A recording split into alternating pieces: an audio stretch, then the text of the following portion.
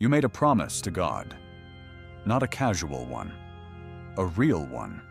On your knees, with tears in the dark. The kind of promise that feels different from all the others. You meant it. You went 3 days, maybe 5. Maybe you made it a full week and started to think, okay, this time it's actually working. And then you fell. Same sin, same trigger, same result. But this time, something is different. And it's not the guilt. You're used to guilt. This time there's a question underneath the guilt that you cannot shake. If God is actually inside me, why is this still winning? Because you've heard the theology. A changed life is the evidence. The fruit of the Spirit is self-control. New creation. Old things passed away. So you're watching this right now because you need to know, is my struggle proof that I'm still fighting? Or is my failure proof that I was never really saved? Stay with me, because the answer to that question is going to change everything. Before I go any further, I need to say something that most people will never say from a pulpit. The war inside you might be the most important thing God is doing in your life right now. I know that sounds backwards. Keep watching. Here's what's actually scaring you. It's not just that you fell again. You've fallen before and recovered. You know how to do guilt. What's scaring you is the numbness. You sinned, and you didn't cry this time. You sinned, and you moved on faster than you should have. You sang on Sunday and hit it on Monday. You prayed the apology prayer so many times it's starting to sound like a script even to your own ears.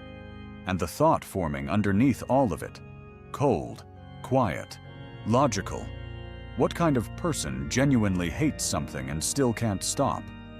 What does that say about whether the Holy Spirit is actually in me? That thought feels like honesty. It feels like finally facing the truth about yourself. It is a trap, built specifically for people exactly like you, and I'm going to dismantle it right now. Here's what you believe. Your inability to stop is proof that God hasn't changed you. I want to show you why that conclusion, as logical as it feels, is completely wrong. Take a river. Throw something dead into that river and watch what happens. It doesn't fight. It doesn't struggle. It just goes wherever the current takes it. Downstream. No resistance. No war. Now throw in something alive. Something alive pushes back. It fights the current. It exhausts itself swimming upstream. And from the outside, it looks like it's losing. It looks like the river is winning. But here's the thing nobody tells you. Only something alive can fight. A dead man doesn't declare war on his sin. A spiritually dead person doesn't lie awake at 3 a.m., grieving the gap between who they are and who God says they are. A corpse doesn't feel the weight of a promise they made on their knees and hate themselves for breaking it. That exhaustion you feel, that is proof of life. That hatred toward your sin, that is not your conscience.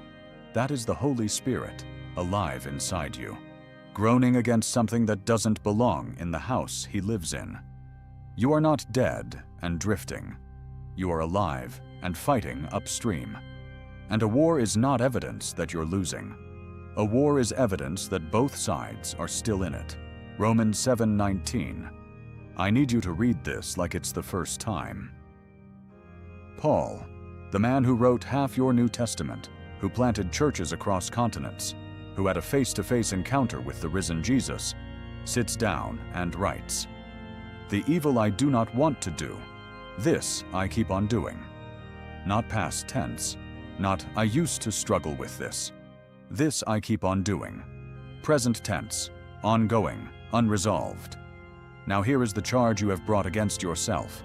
If I were truly saved, this would be gone. If the Spirit were truly in me, I would have won this by now. Here is the evidence. The most spiritually formed human being in the New Testament, the man who wrote about grace and freedom and the new creation, described your exact struggle as his present reality. Here is the verdict. Paul's war didn't prove the Spirit was absent. It proved the flesh was still present, but no longer sovereign. Sin was fighting, but the Spirit was leading. That's your situation. The war is real, but the outcome is not uncertain. Now I need to say the thing nobody is saying. You have been trying to stop sinning by focusing on the sin. Don't do it. Don't look at it. Don't click it. Don't go near it. And here's the problem. The law of the mind is simple. Whatever you focus on, you amplify. If I tell you right now, don't think of a red car, what do you see? A red car. Your entire Christian walk has become a list of don'ts, and that is why you are exhausted. You are not losing because you are weak. You are losing because you are using the wrong weapon. You cannot push darkness out of a room with a shovel. You have to turn on a light. You cannot push sin out of your heart with willpower. You have to crowd it out with something better. Here's the line that's going to sit with you.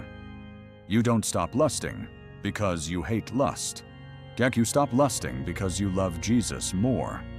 But right now, you are too busy feeling guilty to feel loved, and that is the trap. You think if you feel bad enough for long enough, God will trust you again.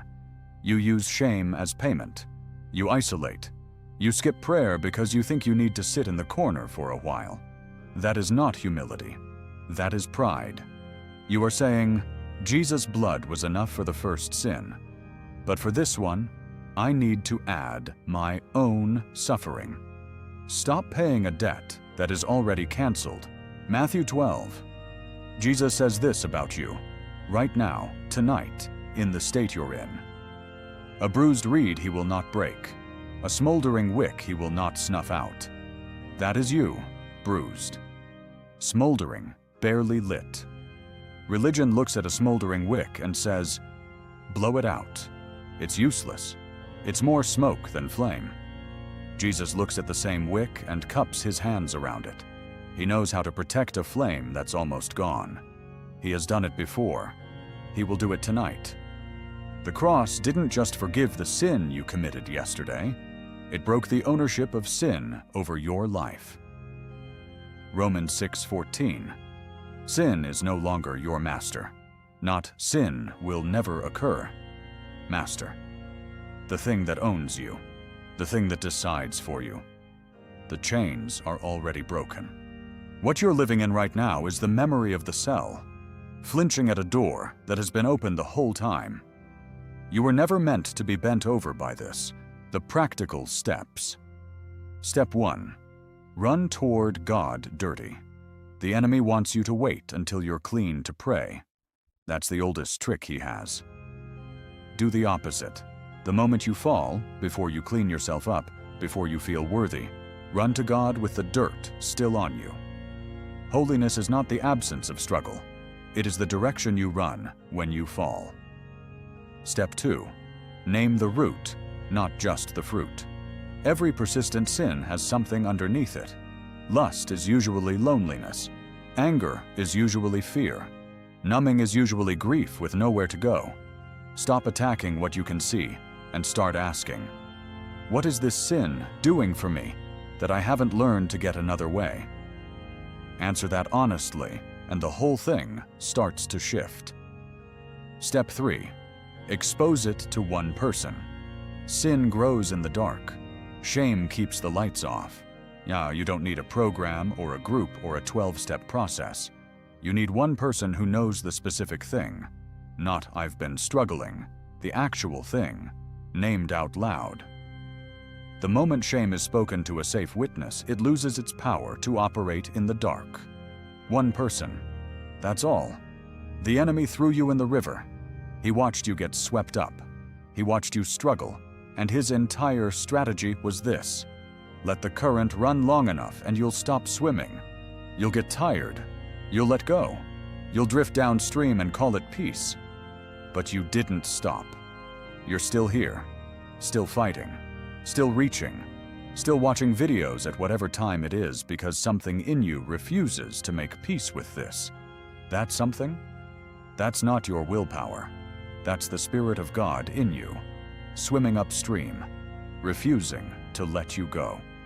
A dead body doesn't fight the current, and you are still fighting. Go to the comments right now and write this: I am still in the fight. Not because you're winning every round, because you haven't quit, because a dead man doesn't declare war, and you just did. You are not walking this path alone. If you want to go deeper into God's truth and stop swimming on the surface, hit subscribe right now. We are building a remnant of believers who refuse to sleepwalk through life. Join us